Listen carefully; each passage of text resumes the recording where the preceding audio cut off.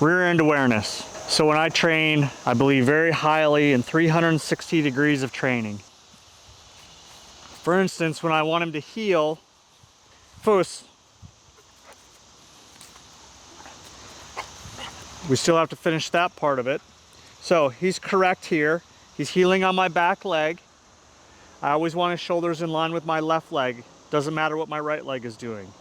So when I mean 360 degrees of training, I want him to go back if I go back. Fuss. Good. Fuss. Now. Good. So he made that adjustment there. If I wasn't talking and doing this video, I would have rewarded him for making the adjustment with his butt. And he already understands some rear end awareness. So you can also use a crop or something like that. Now, a lot of people will see this and they'll think you're just hitting the dog or whatever. Now, if I was hitting him with it, you'd see him like blinking. He hears it and he's like, holy cow, hey, it's right there.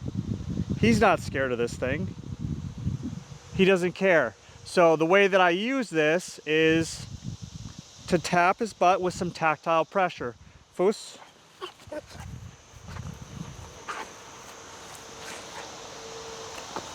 Fuss. Good. It's just saying be aware of your butt. Now also right here, I'm praising his butt with the crop. You're not trying to make the dog scared of it. You're not trying to do anything but teach him, hey, this tool means you should move this way. And when you do correctly, I can praise you. It should be a neutral tool. All right? Fuss. So his butt came out. Fuss. Good. Good boy. Now he's starting to really build here for this food that I have.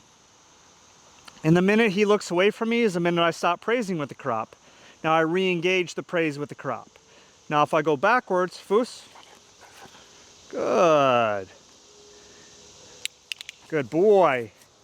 Now, he can come up here and grab some food because he's making adjustments.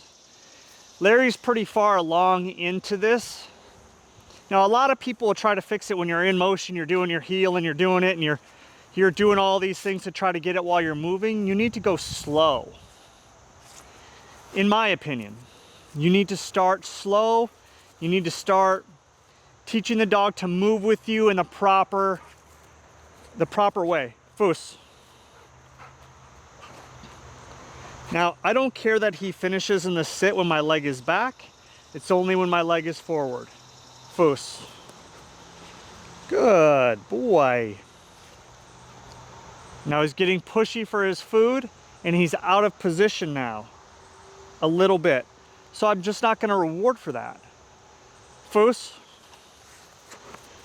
Good boy. So I'm going to reward for that. I didn't have to help him. He made a good adjustment on his own. This is not about going fast. This is about teaching correctness and then teaching it here, teaching it frontwards, teaching it backwards, teaching it in motion, then teaching it at regular pace, fast pace, slow pace, all the things. But doing this stuff correctly here will really help you. So he's trying to do he's just trying to show behaviors which I want. So if I get in basic position, he tries to adjust there. Fuss. That is incorrect. Fuss. Good boy. Sit. Good. Fuss. Good boy. So the fact that he's keeping his butt in is super important. A lot of people use a bowl or they have the dog on a place board like so with their front 2 feet and they heel around to do that. There's many different ways. You can do it when the dog is fully on a place board. Fuss. Good. Fuss. Good boy. Fuss. Okay, he's incorrect here. Fuss. Good. See, I use my crop more as a, you're correct. Now, if I'm going to start doing this in motion, Fuss. Good boy.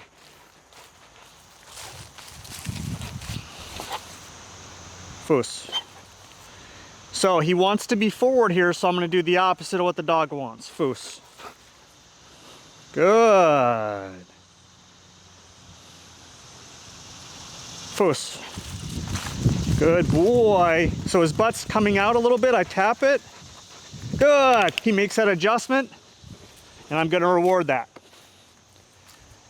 He's saying this is where your butt needs to be. So he's going to start being aware of his butt because he feels me, or his rear end, whatever we want to call it, because he feels me tap it when he moves and adjusts it. If my reward timing is correct, he will say it's because I moved this there. I did this thing. Now his finish, I'm trying to figure out how I'm going to have his finish work. That's why you see him guessing. Sometimes he's circling me, sometimes he's flipping. I still have to figure all that out. I don't care about that right now. Foos. Good. Foos. Foos. Boy. Foos. Good boy. And he was really solid there.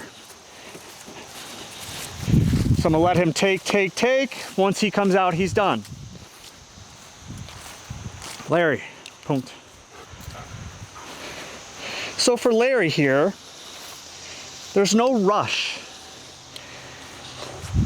My food reward is on my back here for a reason. If it is up here, I'm gonna encourage. Punt. Hey, punt. I'm going to encourage a wraparound behavior in my heel, and that's going to encourage foraging. And if he's looking this way, his butt is going to be out here like so. I do not want that. I want him to come behind for a reward and get the reward there. Now, I've learned with Larry, and you have to mess and see what your dog does. If I have my reward here and I make him duck back, come around, and get in my food here, or even reward with my hand here, he's anticipating the release for the reward, and he's going to put his butt out to turn in and come around. What works good for one dog doesn't work good for the other. You have to learn your dog and how to reward. With his ball, I typically reward out and have him spin, and the ball goes to the left because I don't want the dog crowding my leg. So Kilo's kind of crowding my leg a little bit right now, and it's because of me probably, some way, some shape, somehow.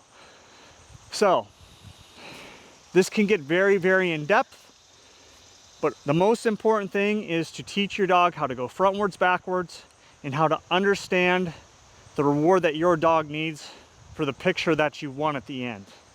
That sounds complicated, but a good thing to do is if you have a mirror, to use a mirror so you can see, or have a spotter. Super important. Hopefully this video will help you with some rear end awareness stuff. And if you have any questions, I'll try to answer them. Larry's probably 75% done with this. I can see it's an ongoing battle because of the way that he moves. He doesn't move in a straight line. He likes to kind of move like this. So I'm gonna have to work on that until habituation happens. So, thanks for watching.